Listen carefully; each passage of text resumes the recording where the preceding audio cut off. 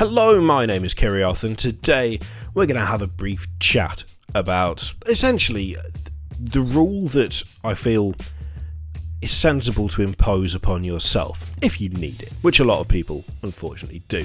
This is spurred on by the fact that today I got a lovely delivery from Element Games. I got these lads. They look quality. I'm looking forward to putting these together. I have big plans for these, big plans for them. And it was arrival of those boxes that kind of spurred a little memory in my brain, one of which actually I probably would have preferred to to stay buried, but out of it we can get a little bit of life experience, a little bit of advice, something to maybe help those of you who are starting into 40k now, or indeed have been in 40k for a while but find that maybe you have a slight backlog in terms of models, a slight backlog in terms of what you would have hoped to achieve in the hobby at this point. I'm going to show you something now. I'm going to show you a source of shame. Many people have this shame. It's nothing to be embarrassed about. It is a little bit embarrassing, but a lot of people have this. You see it all the time. People who say, I have this absolute addiction to this hobby. I've bought so many models, but I just don't have time to put them together. Pictures of boxes stacked high in cupboards, in cubby holes under desks. The under desks is particularly relevant to me, and it's a sad sight. It's models on the sprue, in the box, sealed up, much like these chaps. Now, of course, there's an excuse for this being like this. This was only delivered today, and I haven't had time to put them together yet. I will have time, because I'll be doing that tomorrow at some point, but this isn't shameful. No. What's shameful is the rest of the stuff that is still in boxes that I mere minutes ago dug out from under my desk, where it has been hidden in a corner behind a box full of scenery and the toolbox I use to transport my army around. Oh, by the way, I know people keep asking, I will do a thing showing all the various armies and stuff on the shelves there. I will do that. Just trying to find a decent lighting solution because the lighting in this house is terrible. I want to make sure you can actually see what you're looking at. So it will happen, just give me some time. So, these are not the source of shame. They can't be the source of shame. They're far too new for that. No. My source of shame is a Space Marine bike army that over 2 years ago now I decided I was going to build. I'd finished my Terminator project. I'd kit bashed 21 Terminators. I'd painted them to completion to I would say slightly above tabletop standard, but that's only because I'm crap at painting. I'd have liked them to have been well above tabletop standard, but I don't think I'm capable of it. And I thought to myself, I would like to have a Space Marine bike army. That would be cool. That'd be quality. And I wasn't even playing the game that much in 7th. I was very much in and out. I was nowhere near as involved as I am in 8th. But there was something about the idea that I couldn't get out of my head, and so I committed the cardinal sin. I made the greatest mistake, the mistake that I'm urging you not to make.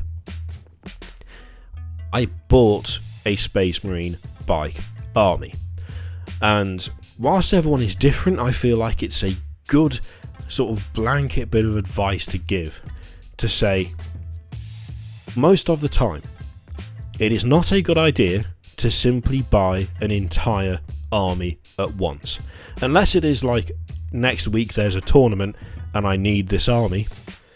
That's slightly different. If it's a long-term project, don't do what I did, because then you end up with with this. Got a bit of air support there. That's still wrapped, still in the box, and not even been opened, not even slightly. Got a razorback for the one infantry squad that I was going to have.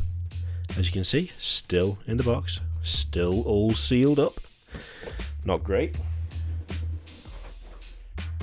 An attack bike. A set of bikers. Another set of bikers. A third set of bikers. And another attack biker. Now, this is quite bad, because not only do I have all of these, but I've also given some parts of these away. There was more. There was more than this. There is an entire army simply sat under my desk. And having made that mistake and having created that ridiculous issue where at the moment these things have no value. That's the thing that I want to stress, right?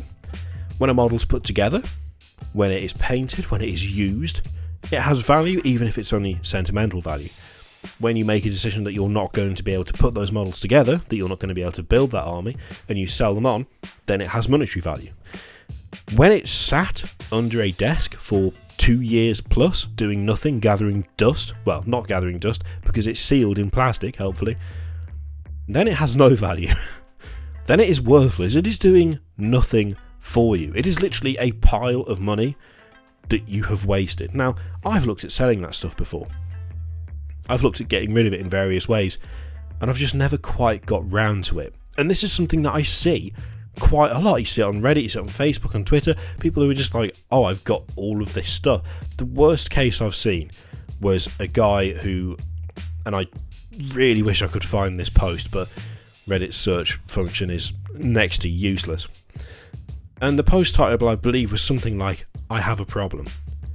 And it was literally just a double width cupboard that was filled floor to ceiling with just boxes wrapped in plastic. There were entire armies, multiple entire armies in there, just doing nothing. Not put together, not being played, not being painted, just sitting there. Not even on display. Not even in a place where it's actually accessible, where you can look at it. In a cupboard behind closed doors, hidden away.